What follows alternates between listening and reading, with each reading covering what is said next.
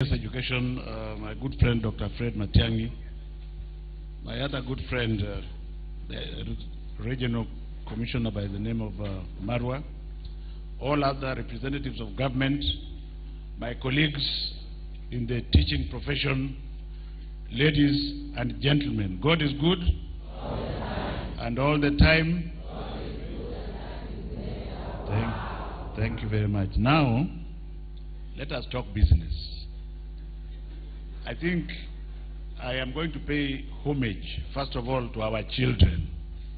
The one me and you produced with our blood. Senor, we produced them, and we have no license to cheat and destroy their futures. So if we look at our consciences privately, we know that something is wrong somewhere. That is why, even though I'm a professor, I could sit down and fill in index numbers for 20,000 students. Ask yourself what we as teachers are doing. Are you listening? So if you are still in denial that there is a problem, then you need to be cancelled, and cancelled seriously. Because we produce children and we destroy them. And I say so, Honorable Cabinet Secretary, because most of those qualities I have today were impacted on me by the teachers in primary and secondary school. Forget about all the universities I've gone to. So now that we agree that there is nobody without a fault, I want to address the people I am going to presume are skeptics who think that the government and the ministry and NEC are joking. Tuko pamoja? I never applied for this job. I told you many times before. But I'm very glad that I took it. Because what I have learned here in 7 months is more than what I learned in the university for all the years. And the reason is very simple.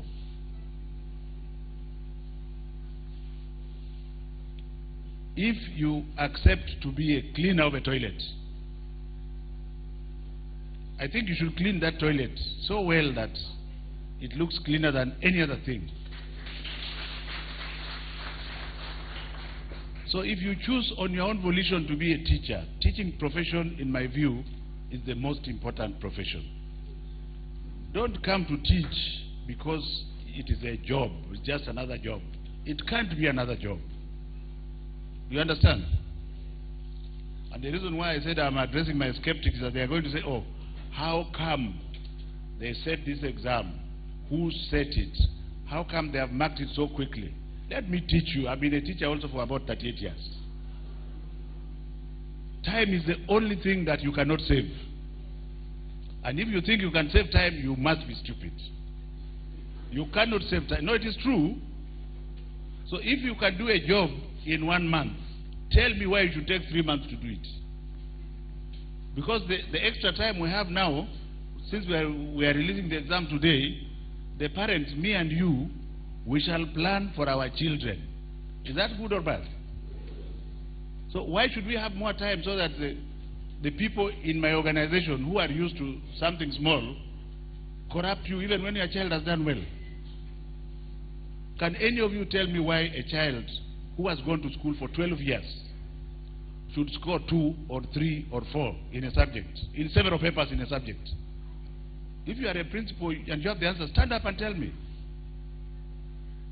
That is where we are, ladies and gentlemen. And for me, even though I fully support what Nancy Macharia is talking about in terms of rewarding performance contracts and punishing the crooks, I was taught to always consider a second chance for those who want to have the second chance. Can we stop wasting time? Because personally, for example, I wouldn't want a teacher from my village to be posted in my village. Because that teacher will simply not teach. Ataanza kwenda mashambani, ataenda kukamua ng'ombe, alafu atapeleka maziwa kwa cooperative. Then she goes for a technical appearance in the school. To the extent that you find I took time to look at the scripts Mimi siongegi bila. I am not briefed. I have not slept for I don't know how many days. And you find the child has nothing to write. So we as teachers, some of us are guilty as charged. Are you one of them? And if you are one of them, it is between you and your God. Can we stop destroying our children? Please. I want to thank the teachers, the majority of the teachers, especially those who came to mark for us. There is honor in working for your children. Kwani, who do you think you are marking the exam for? Are you marking it for the government? You are marking it for yourself. It is me and you who have produced those children. So there is honor in marking the exam for your children. And I want to thank those people. I don't know if some of you are here whom I addressed when I was moving around during the marking process. But at my age, I carried 20 cartons in less than an hour. Does it make me less of a professor? So, my brothers and sisters, you are 800 and you have to carry 50 boxes for about 20 meters. And then you say, no, go and hire casuals to come and do it. Are we serious? So I just want to leave you with those serious thoughts and to say that I am not going to release the results, but you will see them. And when you see them, you will understand why I'm talking the way I'm talking. Can we celebrate our children? You will realize for the first time, when we released the primary school examinations, I'm a doctor by training. I don't even know what I'm doing here. But since we released the primary school exams, I haven't had any child committing suicide. Because a child is an innocent angel, as long as you assure that child that what he or she has got belongs to him or her, and you are there. Are you listening? Rather than giving stupid demands and pushing your children to go and commit suicide. I want to emphasize before I sit down, Honorable Cabinet Secretary, that like I've said, I've taught at the university for over 38 years. At the University of Nairobi here, where we teach medicine, we admit 500. And of those 500, 50% of them are fake. Do you understand? Fake because somehow me and you, we have been corrupted. I haven't found a teacher who has come tell me, Professor, Mungu asifiwe lakini mimi nilikuwa namna hiyo. It is all right, as long as you stop doing it. Why should you, if you have an A in mathematics, fail to understand engineering? And after 1 or 2 terms, you must get out and go. And the results we are going to see here today will tell you that we have a problem and that we need you to help us to solve them.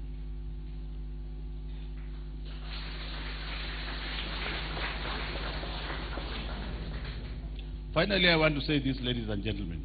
The letter A is very good. I would have liked to have got many of them, but during my time, I managed 1A. Only kamoja. Do you get the point? And I remember in my class at Strathmore School, the boy who got 4 A's, I remember him. 40 years later. So this nonsense of everybody in the class getting A, please come out of it.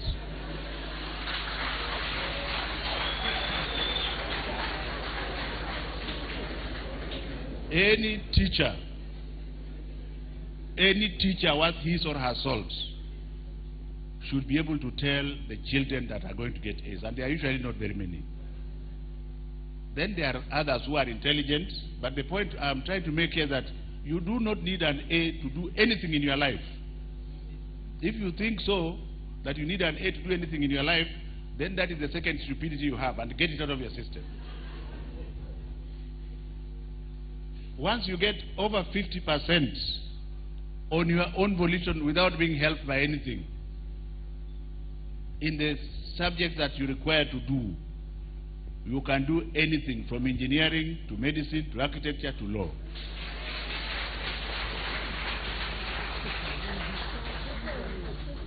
So I hope that going forward, because the problem me and you have, if by the grace of God I'm still here in a year's time, because I'm much older than all of you, and you don't know God's time, Our problem is going to be how to sustain this. You can choose to destroy your country further. I'm a surgeon. Would you like me to open you up and I don't know what to do? Tell me. Would you like me, because if you give a child who doesn't deserve an A, maybe he has a D minus and you give him an A to go to the medical school and he manages to wangle his way through. Akifungua huko ndani anaona picha tu. Would you like that to happen to you?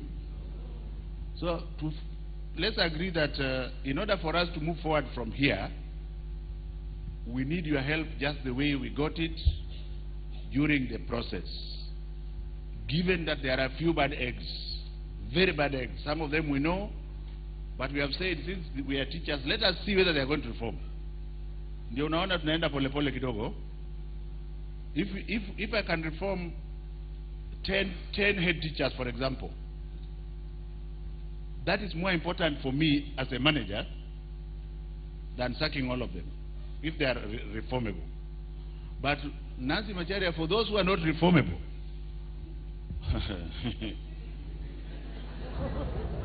you should feel very encouraged to reward only measurable output. For example, if you find that we are paying a salary, the government of Kenya is paying a salary to a teacher who does not go to class. I have my most honorable members of the union here whom I respect.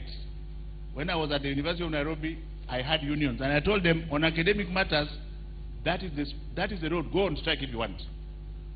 I think that is the stance we should take with teachers who are not working. The teachers who are not working, Honorable, let us not argue about it.